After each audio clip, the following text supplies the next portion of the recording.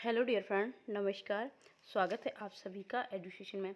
Friends, BPSC 4.0 के लिए यहाँ पर जो आप ये यूथ कंपटीशन टाइम्स की बुक है, इसमें जनरल स्टडी का जो भी इम्पोर्टेंट अभी तक क्वेश्चन आया हुआ है आपकी बीपीएससी तैयारी 1, 2 एंड 3 में, उन सभी क्वेश्चंस को हम लोग इस वीडियोज के माध्यम से कवर कर रहे हैं और धीरे धीरे करके जो है सभी जो टॉपिक हैं वो कंप्लीट हो जाएंगे।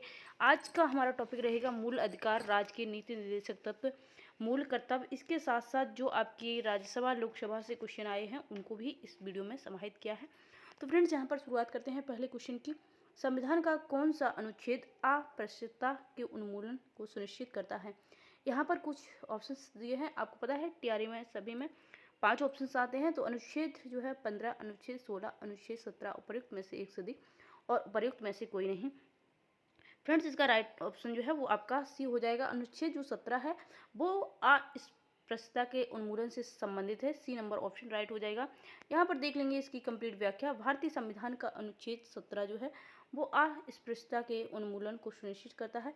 अनुच्छेद 15 धर्म, मूल, वंश, जाति, लिंग या जन्म के स्थान के आधार पर भेदभाव पर रोक लगाता है। और अनुच्छेद 16 लोक नियोजन रोजगार मामले में भी सभी नागरिकों को समान अवसर देता है। तो इस प्रकार सी ऑप्शन जो है वो राइट हो जाएगा। आगे चलेंगे, नेक्स्ट क्वेश्चन को देखेंगे। नेक्स्ट क्वेश्चन है, चुप रहने की स्वतंत्रता भारत में किस प्रकार का अधिकार है? तो चुप रहने की स्वतंत्रता भारत में किस प्रकार का अधिकार है, ये आपसे पूछा गया था। क्या कानूनी अधिकार है, सामाजिक अधिकार है, मूल अधिकार है, उपर्युक्त में से एक से अधिक? तो ये जो है चुप रहना, ये एक खुद की हैबिट पर डिपेंड करेगा।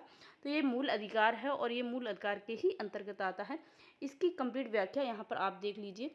भारत में चुप रहने की स्वतंत्रता एक जो है मूल अधिकार है, जिसे संविधान के अनुच्छेद 20(3) में निहित किया गया है। इसके अनुसार किसी भी व्यक्ति को अपने खिलाफ गवाह बनने के लिए मजबूर नहीं किया जा सकता है। यह प्रावधान आरोपी को आत्म दोषारोपण के खिलाफ अधिकार देता है, जो कानून का एक मौलिक सिद्धांत है। इस प्रकार जो है सी ऑप्शन यहाँ पर आपका सही है। नेक्स्ट हमारा क्वेश्चन यहाँ पर है, जहाँ पर सूची दी गई है। सूची फर्स्ट को सूची सेकंड से सुमेलित करना है और इस प्रकार से यहाँ पर देखिए सूची दी गई है और फिर उसके बाद जो है इसका बताना है आंसर। तो सूची फर्स्ट और सूची सेकंड दो सूचियाँ हैं। तो यहाँ पर आप देखेंगे ये प्रावधान दिए गए हैं और भारत में के संविधान से संबंधित कुछ अनुच्छेद दिए गए हैं।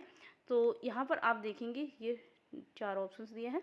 तो यह इधर जो है वो आपके प्रावधान है और इधर इनसे संबंधित अनुच्छेद हैं और इनका करना है आप लोगों को मिलान। ए नंबर है, कार्य की न्याय संगत एवं मानवोचित दशाएं जो है, इसका मिलान जो है वो किससे होगा? तो ये जो है वो आपका 42 से हो जाएगा। कर्मकारों की निर्वाह मजदूरी जो है वो आपका 43 से होगा, तो ए नंबर हो जाएगा। समान सिविल सहायता 44, इसमें 44 आता है। ये होता है राष्ट्रीय महत्व के स्थान एवं वस्तुओं का संरक्षण, तो ये आपका जो है 49 में आ जाएगा। तो इस प्रकार से जो आपका मिलान होगा वो होगा 2143। तो यहाँ पर जो है ऑप्शंस आपको देखते हैं 2143। तो देखिए 2143 आपका ए में है, तो यही आपका ए नंबर जो है वो सही हो जाएगा। आगे देखेंगे तो इस प्रकार से इसकी व्याख्या जो दी है कि ए नंबर ही इसका जो है व्याख्या दी गई है। आगे नेक्स्ट क्वेश्चन को देखेंगे। नेक्स्ट क्वेश्चन जहाँ पर आपसे निम्नलिखित में से कौन सा भारत के मूल अधिकारों के बारे में सही है? मूल अधिकारों के बारे में सही है, ये आपसे जो है पूछा गया है। तो यहाँ पर आपका सही आंसर क्या हो जाएगा? आपको यहाँ पर सभी ऑप्शंस पढ़ने होंगे। तो वे संवैधानिक सर्वोच्चता तथा विधायिका की सत्ता के मध्य संतुलन की अद्वितीय घोषणा है। वे लोगों के अधिकारों तथा देश की सुरक्षा के मध्य संतुलन का निर्माण करते हैं। वे न केवल राजनीति एवं कानूनी समानता बल्कि सामाजिक समानता का भी निर्णय करते हैं। उपर्युक्त में से एक से अधिक और उपर्युक्त में से कोई नहीं। तो फ्रेंड्स, यहाँ पर जो है आपका सही आंसर होगा डी नंबर ऑप्शन, उपर्युक्त में से एक से अधिक जो है सही होगा। कंप्लीट व्याख्या देख लीजिए तो सारी चीज़ें क्लियर हो जाएंगी। भारत में मूल अधिकारों के बारे में दिए गए प्रश्न में एक अधिक विकल्प सत्य हैं, क्योंकि भारतीय संविधान के अनुच्छेद 1432 के तहत संविधान में 6 प्रकार के मौलिक अधिकार दिए गए हैं। सामान्य कानूनी अधिकारों के विपरीत मौलिक अधिकारों को देश के संविधान द्वारा गारंटी एवं सुरक्षा प्रदान की गई है। ये संवैधानिक सर्वोच्चता तथा विधायिका की सत्ता के मध्य संतुलन की अद्वितीय घोषणा है। ये न केवल राजनीतिक एवं कानूनी समानता बल्कि सामाजिक समानता का भी निर्णय करते हैं। तो इस प्रकार से यहाँ पर जो है डी नंबर ऑप्शन आपका बिल्कुल राइट हो जाएगा। आगे देखेंगे और नेक्स्ट क्वेश्चन, अपराधों की दोष सिद्धि के संबंध में भारतवर्ष के अंतर्गत निम्नलिखित में से कौन सा कथन जो है वो सही है। तो यहाँ पर कौन सा है, तो भारत के संविधान में दोहरे दंड का प्रावधान नहीं पाया गया है जाता है। संविधान के अपराध में अधिक दंड से सुरक्षा दी गई है। और इसके बाद जो नेक्स्ट है, देश में उसी अपराध के लिए एक सरकारी कर्मचारी के विरुद्ध न्यायिक तथा विभागीय कार्रवाइयाँ की जा सकती हैं, उपयुक्त में से अधिक और उपयुक्त में से कोई नहीं। तो यहाँ पर जो है इसका 24 का सही आंसर होगा D number option. D number option जो है वो इसका हो जाएगा आपका राइट। एक मिनट, डी नंबर ऑप्शन जो है वो आपका राइट हो जाएगा। और यहाँ पर इसकी कंप्लीट व्याख्या देख लीजिए आप। भारतवर्ष के अंतर्गत अपराधों की दोषसिद्धि के संबंध में दिए गए प्रश्न में से एक से अधिक विकल्प सकते हैं, क्योंकि भारतीय संविधान के अनुच्छेद 20(2) में कहा गया है कि किसी भी व्यक्ति को एक ही अपराध के लिए एक से अधिक बार गिरफ्तार या दंडित नहीं किया जा सकता। अर्थात भारतीय संविधान में दोहरे दंड का प्रावधान नहीं पाया गया है एवं संविधान में अपराध से अधिक दंड से सुरक्षा दी गई है। तो इस प्रकार से यहाँ पर आपका जो है ऑप्शन डी नंबर बिल्कुल राइट है। नेक्स्ट हमारा क्वेश्चन जो कि 25 नंबर क्वेश्चन, जिसमें कि आप देखेंगे कि निम्नलिखित में से कौन सा भारत के संविधान के अंतर्गत मूल कर्तव्य है। तो यहाँ पर जो है कौन सा मूल कर्तव्य है, देश की एकता एवं अखंडता को कायम रखना, प्राकृतिक पर्यावरण को सुरक्षित रखना, अपने बच्चे की शैक्षिक अवसर प्रदान करना, उपयुक्त में से अधिक, उपयुक्त में से कोई नहीं। तो फ्रेंड्स यहाँ पर 25 का डी नंबर ऑप्शन सही होगा, क्योंकि यहाँ पर एक से अधिक जो आंसर है वो आपके सही हैं। तो इसकी देख लेते हैं कंप्लीट व्याख्या।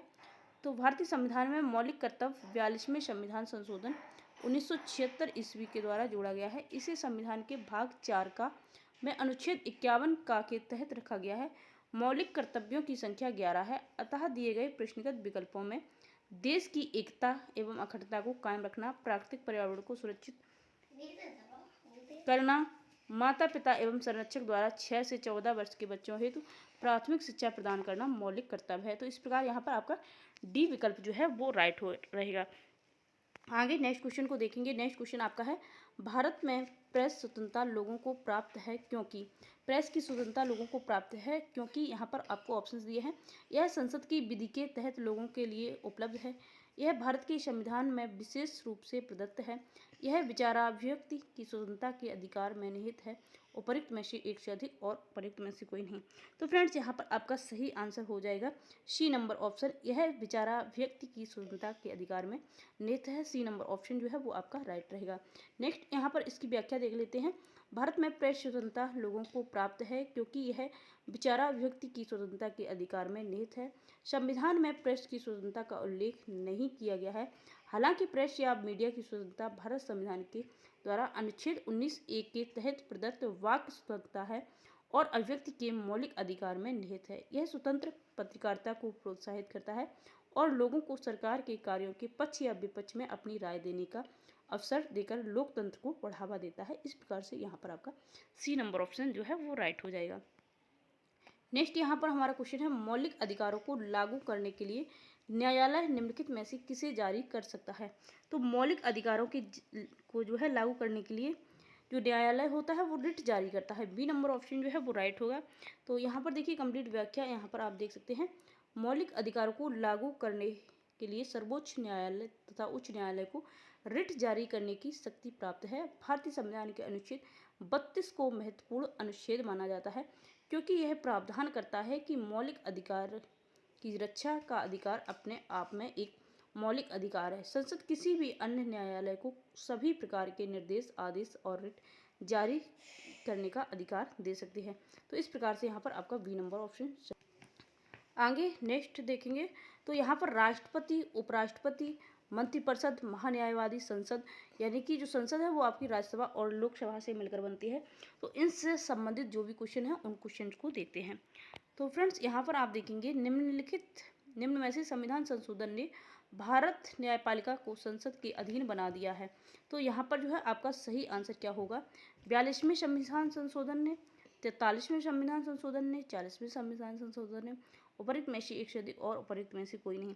तो यहाँ पर आपका 42 जो से संशोधन है तो ये राइट हो जाएगा ए नंबर ऑप्शन। इसकी देखते हैं कंप्लीट व्याख्या। तो 42वें संविधान संशोधन के द्वारा भारतीय न्यायपालिका को संसद के अधीन बनाने का प्रयास किया जाता था। 42वें संविधान संशोधन को लघु संविधान की संज्ञा दी गई थी। कभी कभी एग्जाम में ये भी पूछ लिया जाता है कि लघु संविधान किसे कहा जाता है, तो 42वें संविधान संशोधन को कहा जाता है। 42वें तो जिसका कारण जो है संविधान के बृहद प्रावधानों में संशोधन किया गया है।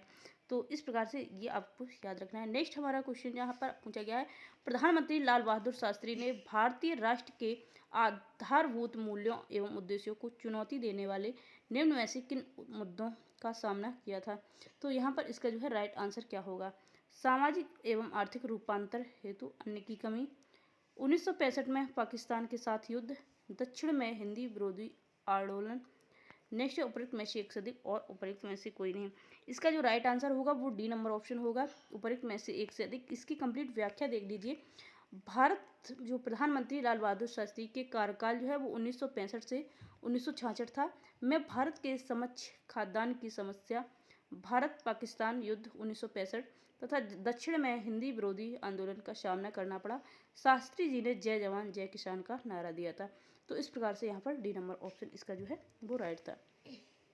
आगे देखेंगे, निम्न में से कौन भारतवर्ष में प्रथम निर्विरोध एवं सर्वसम्मति से निर्वाचित राष्ट्रपति हुए थे। कौन से राष्ट्रपति ऐसे थे जो निर्विरोध एवं जो है सर्वसम्मति से उनको चुना गया था। तो यहाँ पर जो है इसका सही आंसर होगा फ्रेंड्स नीलम संजीव रेड्डी जो है वो इसका बिल्कुल राइट आंसर हो जाएगा। इसकी देखते हैं कंप्लीट व्याख्या। तो व्याख्या यहाँ पर आप देखेंगे, भारत में प्रथम निर्विरोध एवं सर्वसम्मति से राष्ट्रपति निर्वाचित होने वाले राष्ट्रपति जो है वो नीलम संजीव रेड्डी थे।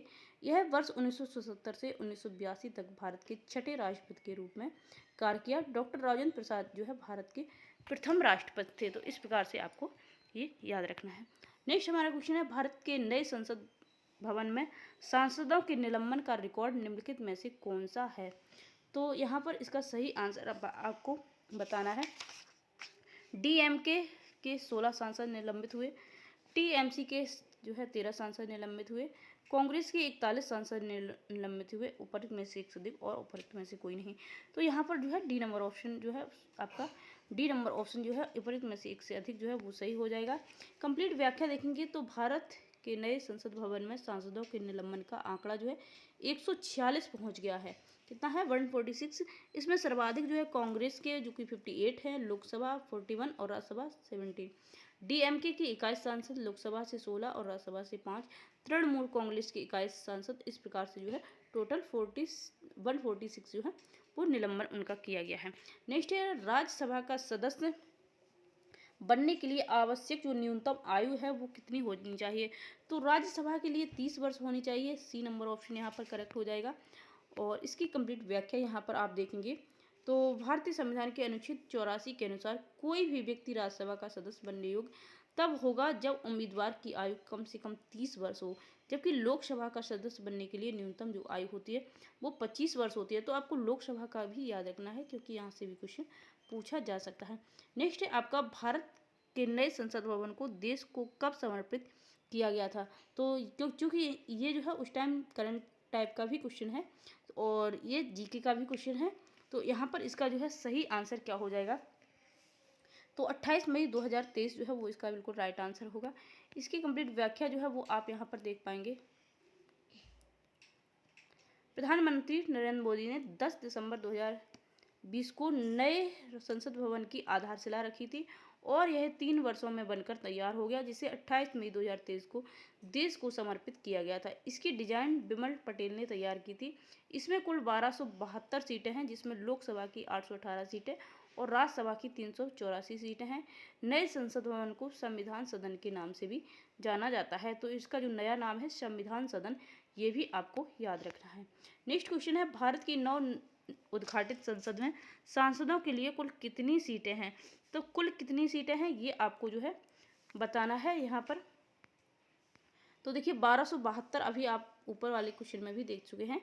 तो इस प्रकार से ये यहाँ तक इसकी जो है कंप्लीट व्याख्या आप जो है ऊपर वाले क्वेश्चन से ही कंप्लीट हो चुकी थी। और नेक्स्ट हमारा क्वेश्चन है, भारत की संसद में नए भवन के प्रभारी वास्तुकार का नाम क्या है? तो वास्तुकार का नाम जो है अभी आप ऊपर क्वेश्चन में देख चुके हैं, जो पद्मश्री विमल पटेल जो है इसका राइट आंसर है। तो इस प्रकार से फ्रेंड्स यहाँ पर हम लोगों ने ये इतने क्वेश्चन कंप्लीट किए हैं। नेक्स्ट वीडियो में नेक्स्ट टॉपिक से क्वेश्चन लेके आएंगे। फ्रेंड्स जो लोग भी चैनल से नए जुड़े हैं तो प्लीज़ चैनल को सब्सक्राइब करना, वीडियो पसंद आए वीडियो को लाइक करें। TRE 4.0 की तैयारी करने वाले सभी कैंडिडेट के लिए ये वीडियो काफ़ी हेल्पफुल रहेगी। तो चैनल से जुड़े रहिए, वीडियो को लाइक कीजिए। मिलते हैं नेक्स्ट वीडियो के साथ। Thank you.